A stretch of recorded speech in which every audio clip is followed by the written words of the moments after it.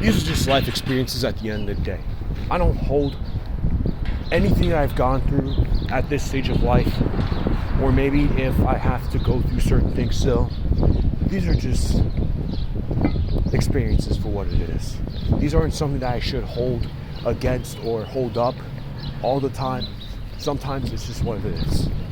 And then again, I sense things very intensely. And because I'm autistic, I'm somebody that doesn't just let go or forgive very easily. It takes time. But ultimately, I forgive. But again, there's just times where I don't forgive. There's times where I need to realize my own salvation matters more than what other people think of me. My own sense of spiritual ground matters more than what other experiences that I go through are. How I interpret, how I ultimately learn and grow from these experiences. And even if I have to repeat a certain lesson, again, everybody has to do it at some point. There's times where people will relapse. There's times where people will struggle with ego. There's times where people will struggle with self-doubt. Yet, I just think sometimes a lot of people just want to stay stuck in their ways of superiority complex. You know, just to get a head start in this video, there's just a lot to compact. And you just gotta understand, I had to end off the video on a very high note with abrupt ending. Because it's just that intense, it's that serious. Sometimes I'm very aware to the point where, oh, I'm not even that sane. But it's okay at the end of the day too, because I can be also at peace with the fact that not everyone will understand me, and not everyone will see me as a friendly person or use my friendliness to actually help themselves, not to just take advantage. So we'll see what happens throughout this video that's coming up.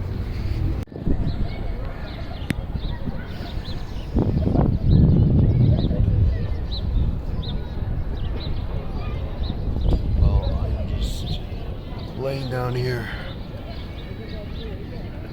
just chilling, just walking, and I was just letting loose my use of tension and having a mindfulness time with myself. The last few days there's just been a lot going on, and my little brother's currently sick, so I have to go to the supermarket right after this. Got sick from White Castle. White Castle in Big 2026. You gotta stop being that. There's just times and places to eat certain stuff. And if you continue to eat certain stuff, not like we eat White Castle every so often. It's been like a minute since we had it. But even then, if you notice that there's something off about this certain food spot, you gotta cut that off immediately. ASAP, no Rocky. And White Castle is definitely one of them. This was me with KFC too, myself, years ago, back when I was a senior in high school. The fact that I have to say years ago with high school now is like beyond uncle. Need to go to retirement home, UNC membership. I had to cut off KFC for this exact reason. I ate KFC in senior year of high school, one day after high school when it's finished, because I'm pretty sure I had a half day that day. And the moment that I got back home from eating KFC, I didn't even finish my food. I felt weird about it. Like, I was in the middle of it and it started tasting mad weird. And then the moment that I got back home from eating KFC, just got back home from school, bro, I went to the bathroom multiple times. I went through war with the toilet for the next few plus hours. My stomach was in shambles, man. there's just times and places where you just need to stop eating that food spot. And I cut off KFC forever after that. Like, damn. KFC was so good when I was a child. So good. With the drums, with the popcorn chicken, with the mashed potatoes, the fry. It was so good. And now it started tasting worse and worse over time. It's crazy. I bet KFC in overseas is 10 times better. Ovio. They'll put all that extra processed stuff and shit within the food. But regardless, y'all, it's been a wild, wacky few days. Not in the worst way possible. Entirely, at least. So, Saturday, we went on a road trip. I went to Maryland for the first time. I was going to go to Washington, D.C. for the first time on Saturday. Guess what? Plans changed. And we woke up late. I just wanted to know. Well, me not really. But still, I woke up like 6:30 in the morning, having to get ready.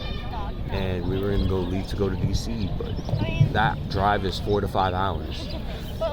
Going to Maryland was like 3.5. So we decided to just go to Maryland for a 3.5 hour drive there. Of course, with pit stops, it's longer than that. And we went to Baltimore, Maryland, and we went to an aquarium. Just had a family time. And we got back the same night. Drove back another 3.5 hours. Plus having pit stops to the bathroom. And we got back home at 11 at night. Knocked out immediately, and I had to wake up at 6:30 in the morning again so I could go to church service. I had to leave earlier than them, and yeah, for pre-service, for having to serve the kids. So I have one more week of that program of serving the kids, and then I'm done. And then this means that I can make my slow exit out the door with church. Thank goodness. Thankful. I'm very thankful. I'm gonna talk to my dad about that first, by the way, of me not being religious anymore. Like, I'm completely done. Like, I've been done since last month in general, but when it comes to technical aspects, I've been done with religion since November. A little bit earlier than that too. You could say in technicality, I've been done with church since August. But it hasn't been fully fleshed out till November. And then now, an official proclamation that I'm done with religion entirely was last month. Phew. Crazy. I finally prioritized myself. Friday we had people from church coming over. We had a couple come over with their baby, and I think they're new in a way. They've been going to church for a little while, but they aren't like fully fleshed into the entire phenomenon. So I'm pretty sure they're gonna be a part of the Queens side because they live in Long Island, but they've been a part of Manhattan for a while. But man, I don't think it makes it harder for me to continue to fade out of religion. But even then, it's going to be super difficult for me to be like to my parents, oh, guys, I'm not religious anymore. I'm done. I'm done going to church. I'm done being a part of Christianity. I'm done with everything a part of it. You guys are not going to convince me any otherwise to go back. I'm not going back. Especially anytime soon. I'm done. I'm not a religious person. This is not for me. You guys can keep going.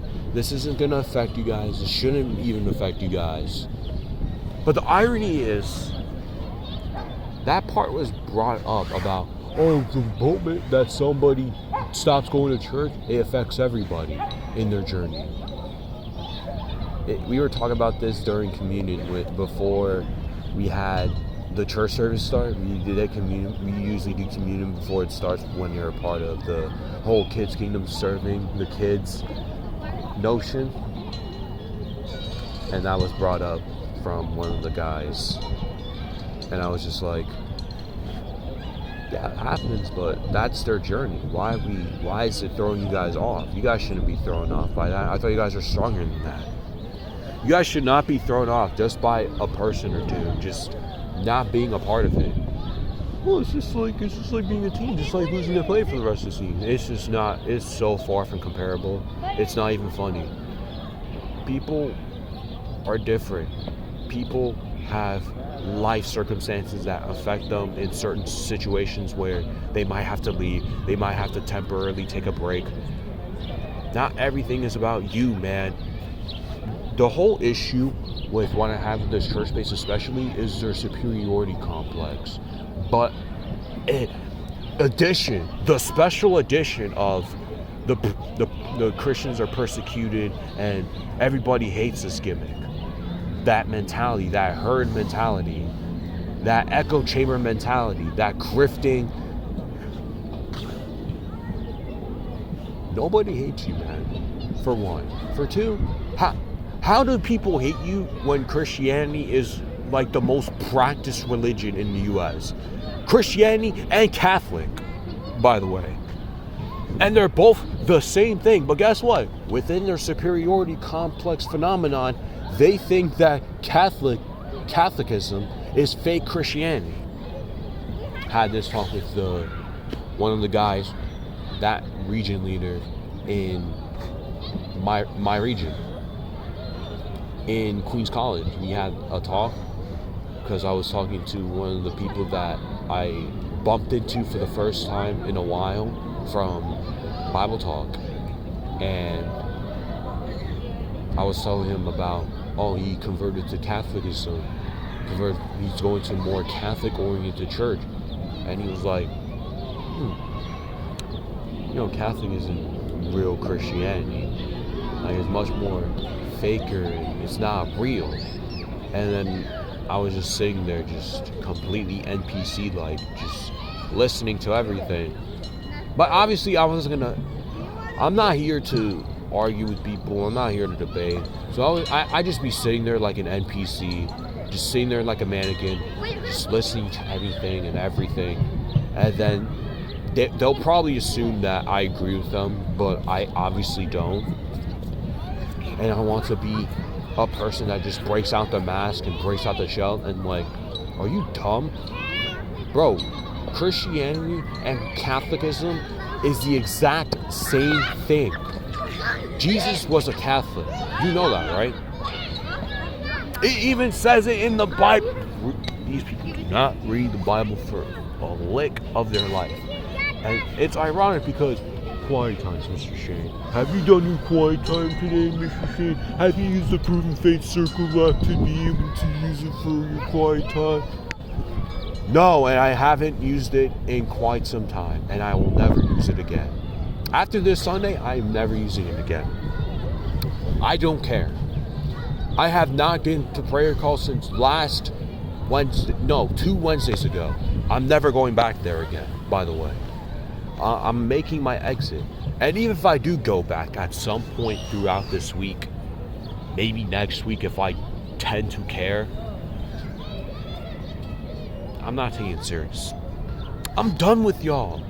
I'm out. I'm mentally checked out of this space. I'm done with y'all. And y'all don't even know it just yet.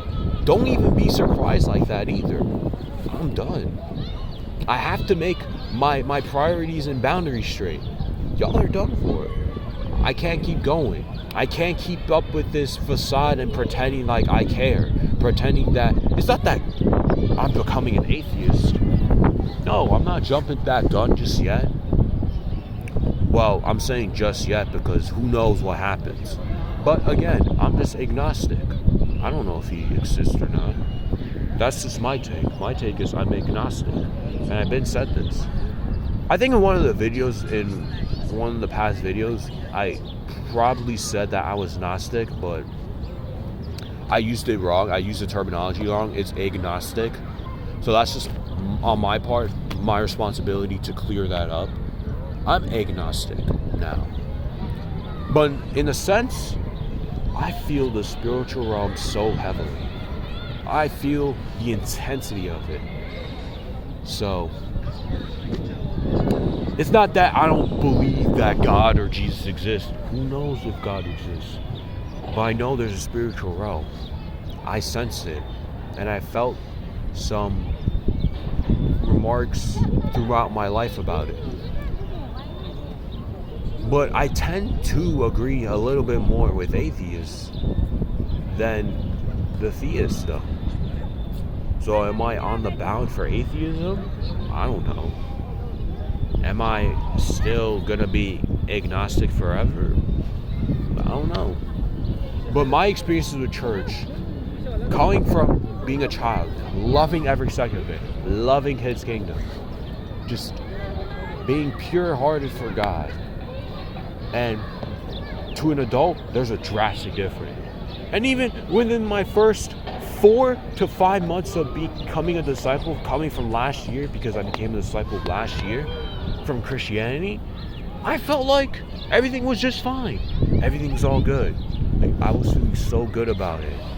And everything was just in a good spot for me. Like, I was feeling good about it.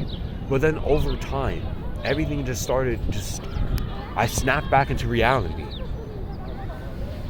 So listen to me.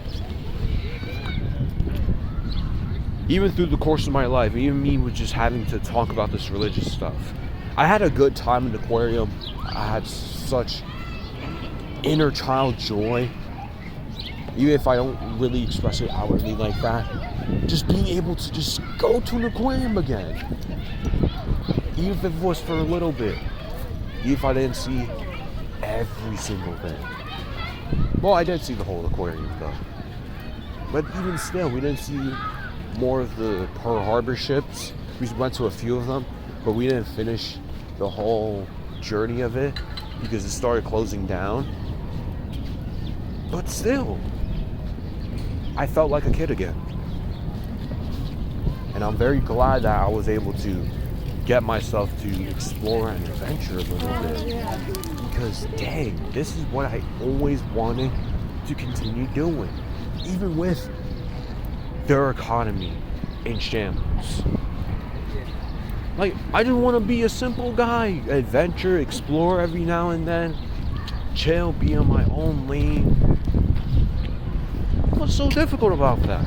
But then at the same time, now I can jump back into the case where it was Easter Sunday yesterday, and it was pretty understandable that I had to wake up for church service. So to clear things up in a route now, this is your journey. This is your life. You don't have to take everything I say with a grain of salt, and you don't have to take everything I say as the ultimate foundation. This is just my life. But if you tend to agree with it, which is in the most cases you pretty much do, then that's just how it goes. People's journeys are different. People's lives are different. I'm not going to stop anybody from not believing or having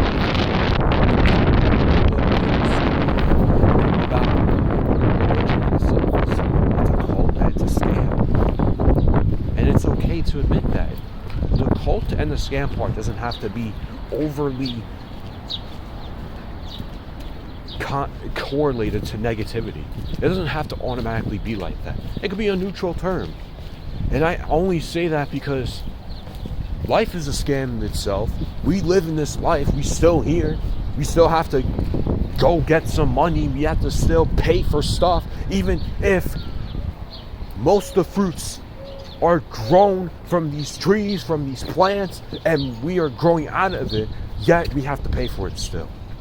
We have to pay for the water that we make, and we have to make for the paper that we make from these trees, yet we still have to pay for it. That's a scam. And the cult vibe, bro, we had our moments of superiority complex.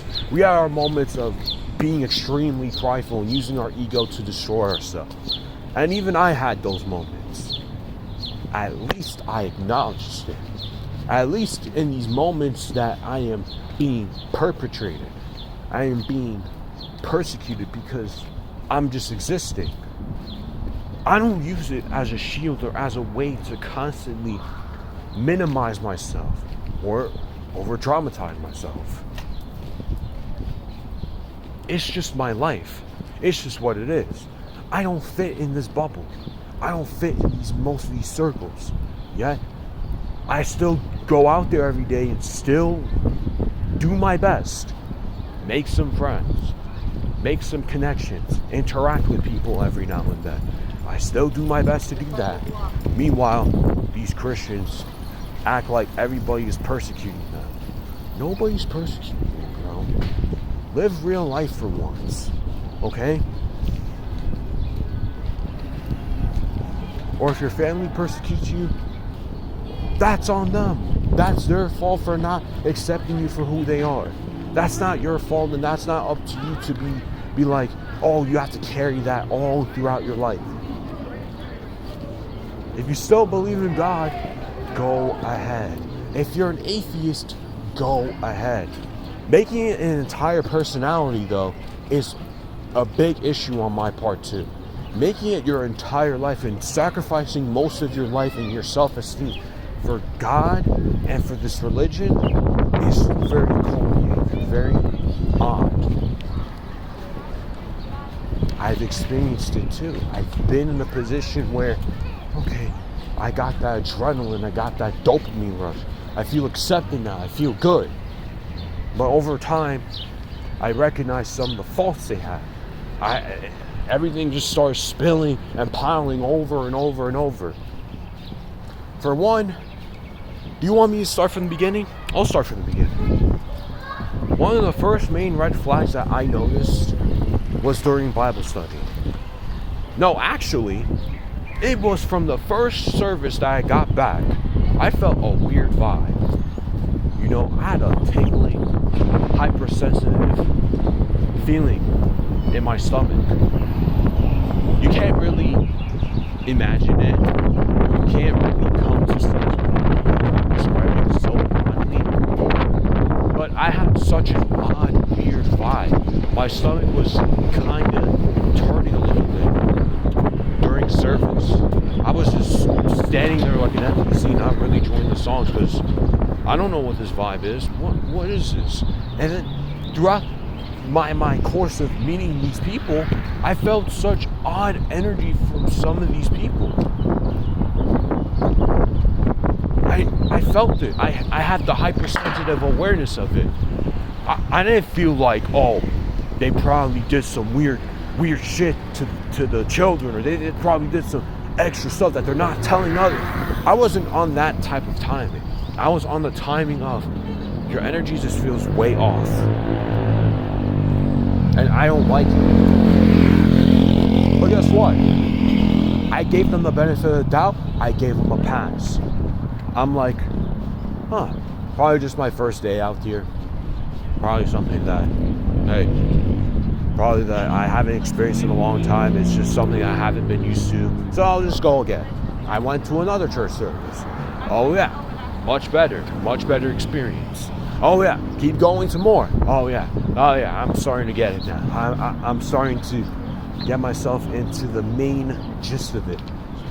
Oh yeah, and then I started doing the Bible studies, started doing Bible talks, because I just wanted to become a disciple. I'm like, okay, sure, I guess.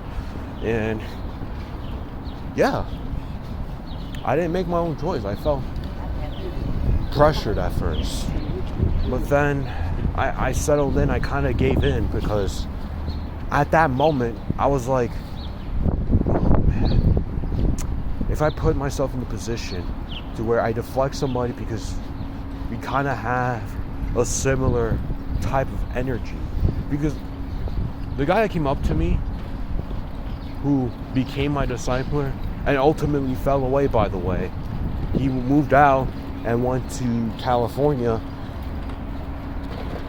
I met him for the first time a few weeks ago in quite a long time. The long time in question was like in July, but it did feel like a long time. I noticed that he had a similar vibe to me. So I didn't just really fell for the peer pressure. I felt like I had somebody to really connect with now. Like, oh my goodness, this is really it. So I went for it. I didn't go because of the peer pressure. I went for it because I fell in love with the similar vibe that I ultimately represented or presented myself to be. So that was on me.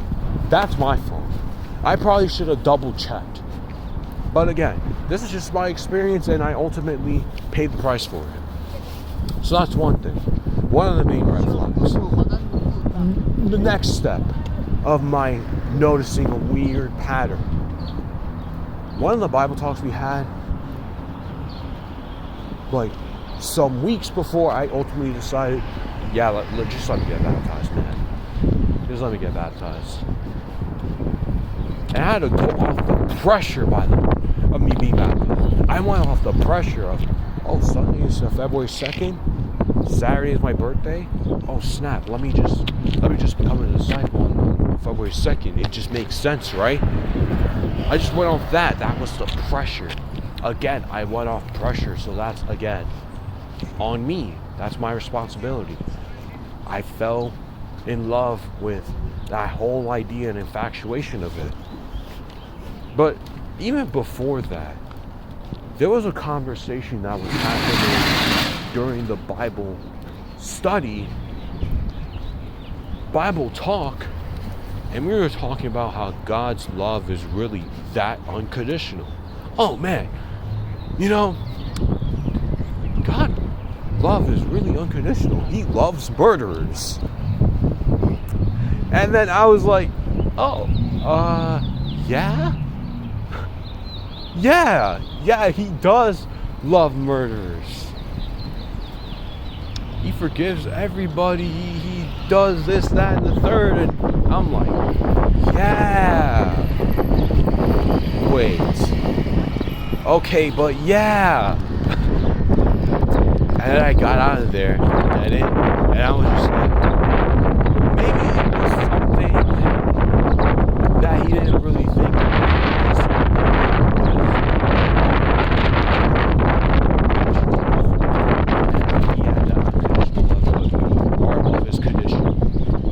Switch it around, and we have to be more like Jesus in that department, being more loving and giving more to people within the love and kindness aspect.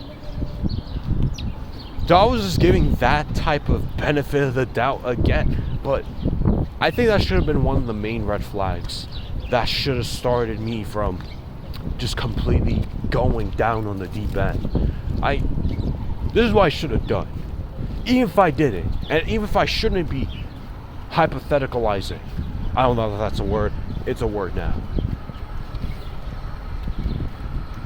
I probably should have just stopped and just been like, wait, that's not right. But I'm not a confrontational person at all. I can't handle conflict. One of my main weaknesses is confronting people. So, it's not that I never ever confront people, but one of the hardest things to confront is some of the harshest truths. And whenever I really attempt to try correcting or getting them to understand another perspective, that's when it's really tough for me to just be able to express myself, because most people are super close-minded. Most people don't really think outside of the way they think within their thought patterns. So I was just, okay. I think it's just in the moment, they didn't really think through. I pretty much hope that it's not really the case again with everyone else in this space. It's just probably one of those, because I had my moments of like that too. Moments of like that, by the way. Moments where I was like that. There you go. I usually don't think about certain things. I just say and blurt out for what it is, whether it's true or not. And I don't double check what I'm actually saying or what I'm actually doing. So I ultimately make the uncle mistake or the grand mistake of, oh, you didn't say this in this particular way. And I don't get corrected. And I ultimately realize, oh wait, I didn't say it the way I was supposed to say it or I intended. But all my intentions now are very miscalculated, skewed, confusing, puzzle piece, parable-like. So then there's that thing. So everything just went smoothly right after. I didn't really have that much issues after. But then there comes another conversation that happened in April. And the region leader that I was talking about when he was talking about Catholicism isn't real Christian, that same guy was talking about how being gay and sex marriage stuff is a sin. And how it's irreprehensible. And this is where I really couldn't say anything. I really couldn't because there was a few other people around me too. But we were in Bible talk mode, so I couldn't really say much. And I had to just listen. But that was brought up in one of the Bible talks that was talking about something about sin. Something about hating sin. That you're supposed to hate sin. And somehow, some way, LGBTQ, homosexuality, beyond irreparable sin, it was just brought up. Like same-sex marriage and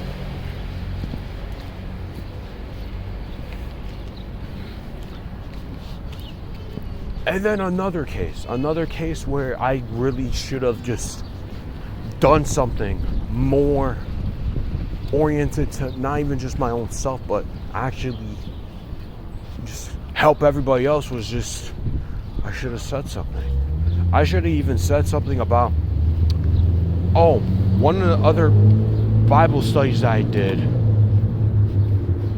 or talks, another instance, that was just, the next one was about, Jonah and being swallowed by the dolphin or the shark or the whale, whatever, those three. And then the framing of this entire expression of talking about the Jonah story, it really threw me off. This is where, again, everything just started opening up my mind a little bit more. I'm like, what? Okay, I'm starting to not get it now. This is one of my wake-up moments. Okay, I'm starting to realize I don't really know if I'm going to really be here for that long now. So he paraphrases it. What was happening, right? What the scripture was talking about when it comes to this Jonah story. And he said this. Okay, so when we believe the Bible, we have to believe, when we read the Bible, we have to believe everything. That's the whole consensus of being a Christian. You have to believe everything. You have to believe everything that's happening. Like this is our history book. You have to believe everything. Wait, so the history in of itself is not real. Is that what you're saying? So it's not real, but you somehow still have to convince yourself that it's believable. Or you're saying the history in this text is real and you have to force yourself to believe and accept it. Why are you? This is contradicting and confusing. Why do you have to force yourself to believe something that you should already know that's believable? Huh? What? Okay. Again, let me break this down. In order for you to know or sense that this actually happened, you have to force yourself to believe that story actually happened. You have to force yourself to believe this entire book is true. Everything happened in it. You have to force yourself to think or know it happened, when you can't just ultimately trust through backing of more evidence. You have to believe this entire book. You have to know this entire book is completely real. That's confusing. That's all over the place. Even with what I'm even expressing right now over the past few minutes, it's confusing. It's all over the place. That's the point. Shouldn't the Bible be straightforward? Then, shouldn't the Bible be a little bit more reliable with what they're referencing? Shouldn't they credit the sources then at the end of the Bible instead of just, oh, well, we have the table, we have the index of where Abraham did this with God. Where's your resources? Where's your credible sources? Huh?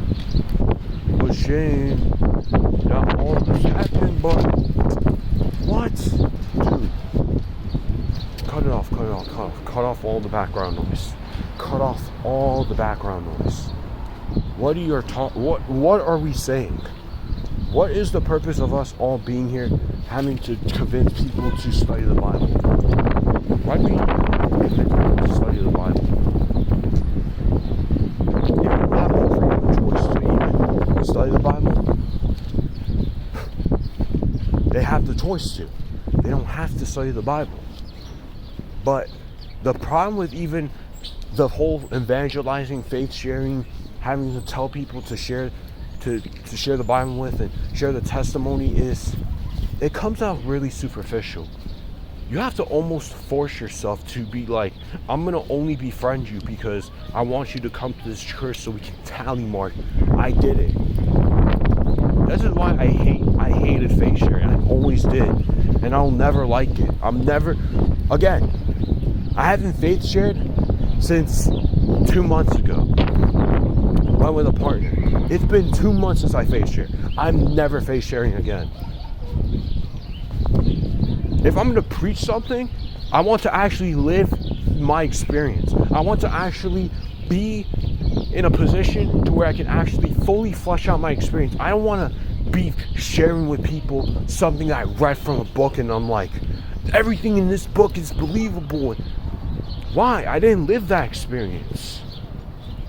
Why? I didn't live in that time period. Why? If it's certain commandments, talk about, oh, Jesus told us that we need to love more, and I was able to love more, and I appreciate that. But the whole book? Dude, that's brainwashing 101. That's superiority complex, cult-like behavior 101.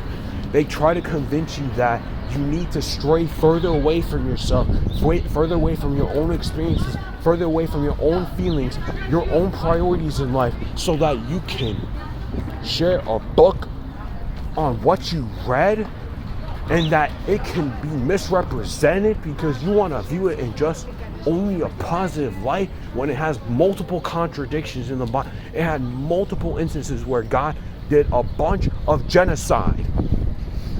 There was a moment in the book where God regrets making humans, but we want to share the positives, and we're supposed to view it only in the positives. That makes no sense. How does it make any type of sense for me to share something that has a bunch of contradictions and I don't fully buy into it? It's a book after all. It's a book written by humans. And it's not even just because it was just written by humans, but it was edited multiple times, interpreted multiple times.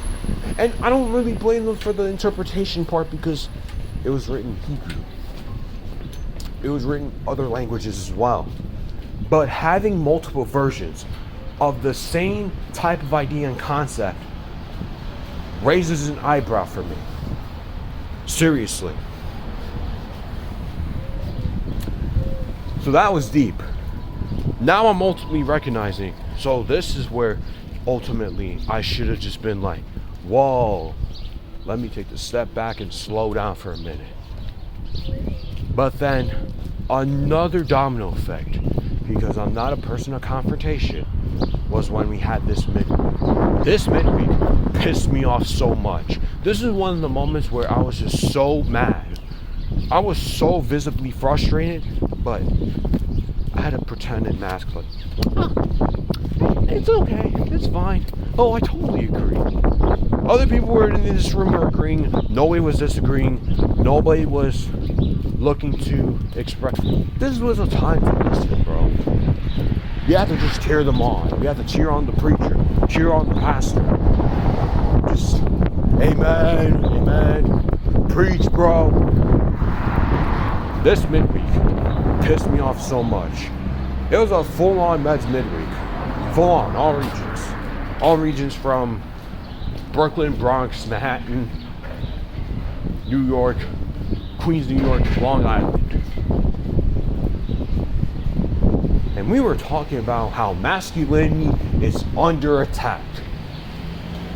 Wait, this is like a red pill talking point. A reused, denounced, punched down. It's already, you already beat up the old man. Stop beating him up. He's already dead type of beat. That pissed me off so bad. I had to tell a few of my friends on Twitter about it. I had to go on a full-on rant about it. You know, like, what are they talking about? What do you mean we're under attack? We're not under attack. We're not being constantly targeted for being guys. But one of the main viewpoints that they brought up was so red pill, black pill centered and oriented. This is what I hear from back when I used to be very induced in red pill videos. Was agreeing with a lot of what they were saying. But then on the surface, it was like, huh? What are you talking about? Oh, but you speak for every guy, so we gotta let you be. Like, nobody checks these people. Nobody disagrees with them. Nobody decides to take them to the side and be like, the world not even just revolves around you. But you're not in a position to talk about how men is apparently all under attack. Bro, if that was the case, I wouldn't be here by now. I'd be dead. A lot of us wouldn't be here then. None of this church would be here. But guess what? It's been almost a year since that whole midweek happened, and we're still here. None of us are under attack. Why do we have this victim? That pissed me off so bad, dude, that I was just sitting there and I was just now realizing, wait, I should have saw it beforehand. Oh no, I'm in a rabbit hole. I'm in a rabbit hole. I can't really speak up for myself because I'm already deep into it. And then, guess what? The domino effect of me being in the rabbit hole just,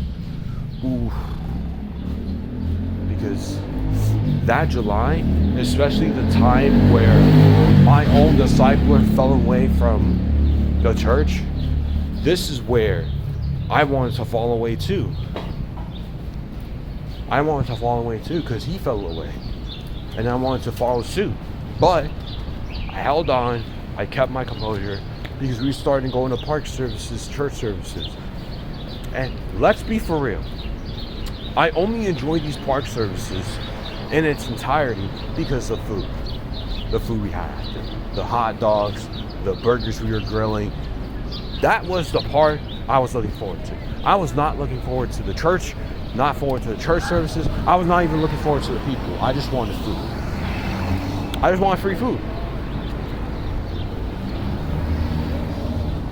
That's just an ultimatum. I still helped out with putting certain things back in the trunk. I was still helping with some of the song leading. I was still helping.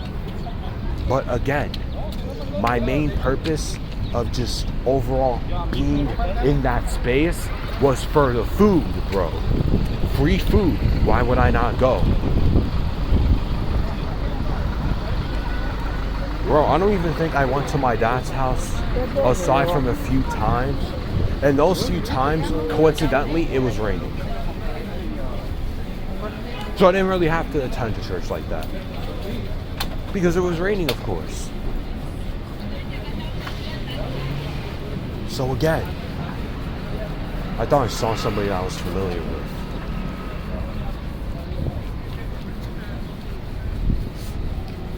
in the middle of July, I got a call, and I got encouraged to start going to prayer call, because from the jump I was supposed to already be there, but I wasn't, and people didn't really put a whole show about it. But in the middle of July, I got encouraged, quote unquote, to go to prayer call. Usually when they utilize the term encourage, it's supposed to be to actually guide you and help you, but in ultimatum they're just judging you and criticizing you for not being exactly like them. That's what it means. Being encouraged doesn't mean actually helping the person, actually persuading them to be better. It's actually, let me judge and mischaracterize you on purpose because you're not doing exactly what I'm telling you to do. You're not doing what I envision or imagine you're supposed to be doing. That's what it means.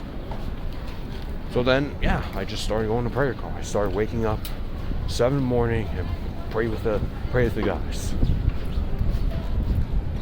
And I was typically good with prayers. But the problem was, over the course of time, they started giving me remarks and rebukes for my prayers, that saying that, oh, I didn't have enough zeal in my voice, oh, I didn't pray fully from my heart, I prayed in my head. And then I was like, just because I don't pray deeper enough about certain things, or I don't have enough aspirations, or I don't have a voice of passion, I have a naturally monotone voice, yeah, that totally means that I have no passion, I have no care. Yeah, great stereotyping, man. I'm not a confrontational person, I'm supposed to just act like things are okay. It's 7 in the morning. Why would I put up a fight at 7 in the morning? Even if it's the region leader constantly is yelling and talking about certain things, even if he jokes every now and then. I don't think he's a person that consistently jokes. I think he's just adopted it so that we can tolerate him more, rather than just turn away from him. Because not only is he loud, but he's a person that's so strict. And even if he goes after God and his aspiration, he doesn't actually enamor himself within that God aspiration. He enamored himself in that superiority complex, because I've been here for 44 years type of beat. I am better. This is the front that he puts up. Ultimately, I gave him grace a lot. I gave him love a lot.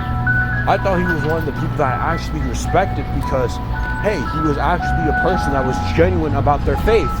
But over time, I started breaking down. Even up to this today, I started realizing, bro, I think one of the only reasons, or what I noticed or I sense, one of the only reasons why he puts up I'm trying to be funny, I'm trying to be goofy type of gimmick, is so that we can tolerate him. And so that we don't really stray away, and we don't push him away, and we don't get him to get kicked off in certain instances, because he's so loud and he's too strict, and he can be too tough love centered to the point where people get pushed away. A few people that were from the Bible talks over the course of time got pushed away because he was too mean. I don't even know mean-spirited is even the correct term. In this context that we're talking about, he was pretty mean-spirited. Let's just keep it honest and direct. Pretty mean-spirited. In the time being, it didn't feel like it was mean-spirited. But when you really dig deep and really look back, that was pretty mean-spirited. Because why are you getting... This leads up to me just overall to the end point. He was actually the exact reason why I ultimately denounced that I'm no longer Christian. But we gotta keep going. Because one of the guys as well, when I should have technically fell away for good, was when one of the guys repeatedly for 5 days straight telling me, pray from your heart, pray with more zeal, over and over and over again, when I was actually praying, and I was thinking, oh, let me pick out certain words. I don't know what words to use exactly, but I'm just going to pick out a certain word. Well, yeah, I prayed for my head because I didn't really know what words to use in each particular moment. What, you never thought about certain words that you need to use or something before? This is where I should have actually fell away. This happened in August. Like in the middle to the end of August. And I was so mad. I was so frustrated. I was very down. Very sad. I even told some people, like, am I not enough, man? Am I not doing enough? Am I not good enough for this space? Like, I need to start thinking about leaving for real, because there's no way that I have to keep putting up a front. I started thinking about it more and more. Again, not a confrontational person, so I continued to put up that front. This, that, and third. A few months passed by. This is where, again, this is part 2. I should have just fell away. Because I missed a church service because my little brothers got sick with high fever, a cold. I had to stay home. My mom told me to stay home. I was just listening and obeying my parents. This doesn't Bible to obey your parents, right? She said that she was going to go with my stepdad to go to church and just go by themselves so I can take care of them and tend for them. But then the next morning, my mom ultimately overslept and stayed home. But then I got the call, I got rebuked and criticized because I didn't go. I didn't take the initiative, but I was telling him, but I was just listening to what my mom was telling me. She told me just to stay home. I even told some of the guys there, I may not go because my little brothers are sick and I need to stay home and take care of them. And I was still covering for my wisdom team, even a week after.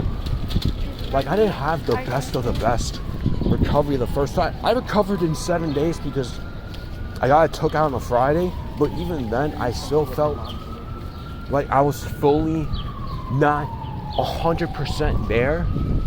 But yeah, criticize me, rebuke me, judge me because I wasn't there for one church service, and you guys care about attendance somehow so much. Wild. This is where I should have just fell away. Like, for real, for good. But somehow, some way, again, I didn't have the balls to express myself. I didn't have the balls to be like, hey, I'm having problems with some of these people. I'm having problems with the overall vibe, the overall energy. This is cult-like behavior. Why do you guys all have superiority complex issues? Why are you guys all so ungrateful? Why do you guys constantly express such dissatisfaction all the time? Why can't you guys just be grateful for certain things?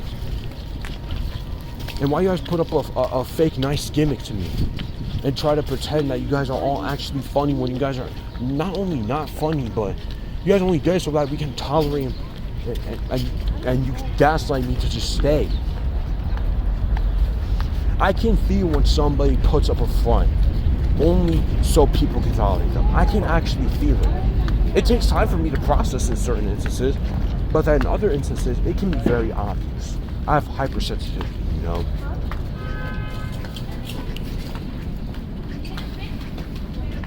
And now, here's the final straw. The final straw is I am apparently an unfriendly person.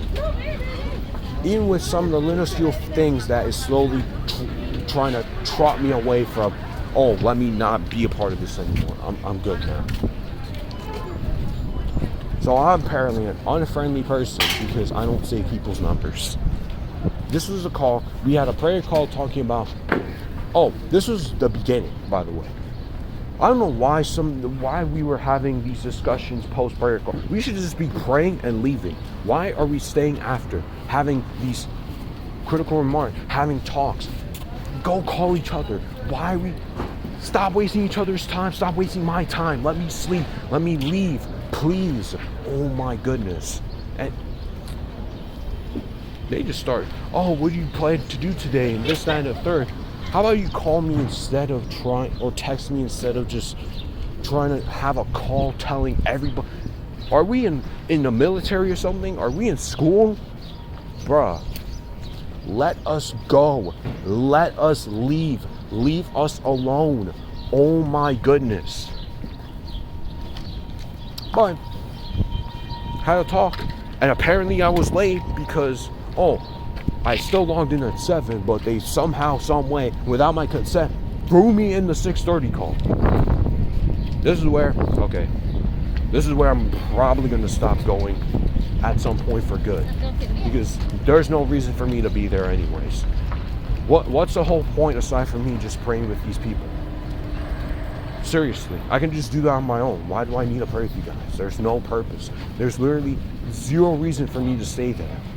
But then, we had this one talk now where, now I'm an unfriendly person. You called all of us in the call, aside from a few people that had over 1,000 people in the contacts, unfriendly because we didn't save enough people's numbers. Okay, you're totally on point. You're totally not nonsensical. Nobody's gonna check you. Nobody disagrees with you. Nobody could give you a different perspective. Everybody disagrees and blindly tolerates you. Even if you had a few instances where some people were checking you because you were being too strict or too loud. But other than that, you put up a whole funny, I'm a joking, goofy guy gimmick so that we could tolerate you, so that nobody can check you.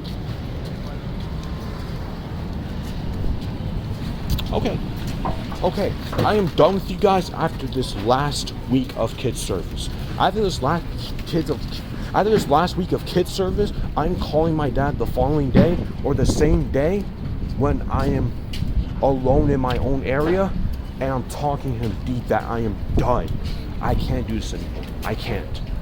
I have to talk to my dad, talking about how am I going to be able to express this to my own mom and stuff. How am I going to be able to express it to them? That's going to be one of my first things. I'm done. I can't do this anymore, bro. I can't. Like, there needs to be a final straw somewhere. There has to be a fine line somewhere to where that's enough. I need to go now. Like, I could have just imploded and just called down on everybody and just let loose, but I have been a person that has tolerated the most BS. I have been a person that has allowed people to just take advantage of me, not prioritize my autism, not prioritize me in certain ways, not even be considerate of me in certain instances. This isn't just about an ego thing. This isn't just about a superiority complex thing. This is a human thing. Nobody wants to treat each other or treat me like a human being. They want to treat me like the last option on the bench. How are you going to tell me, I am not fully flushed into God because I wasn't able to get in a big circle that I was so crowded? That tells you about God. You're 50-50. Bro, I just couldn't get into the damn circle. What the hell are you talking about? I'm done with them. I am so over it. Last week, I am free from hell. Thank goodness. Because that's just what's been happening over the last few days. But I've been so good. I've been so peaceful. But me having to express this all out, it makes it seem like I'm extremely frustrated. And I am. I am frustrated. I am upset. But it's not because of today, but it's because of everything that's been happening over the course of a year. It's partially my responsibility. It's partially my own doing. Or not even partially. Most of it's my own doing. And in certain instances, if it came out to my low self-esteem issues, I would have been self-sabotaging, self-deprecating. But guess what? I can understand not everything is my responsibility. Some of the thing was other people doing their superiority complex. Some people are doing their cult-like behavior. Some of the people that just take advantage of whether it's my goodness, whether it's me having autism, and people just putting it to the side now. People think that I'm normal because I don't express autistic-like symptoms, like straight up, like straight to their face, like it's not given to them on a silver platter. Man, oh man.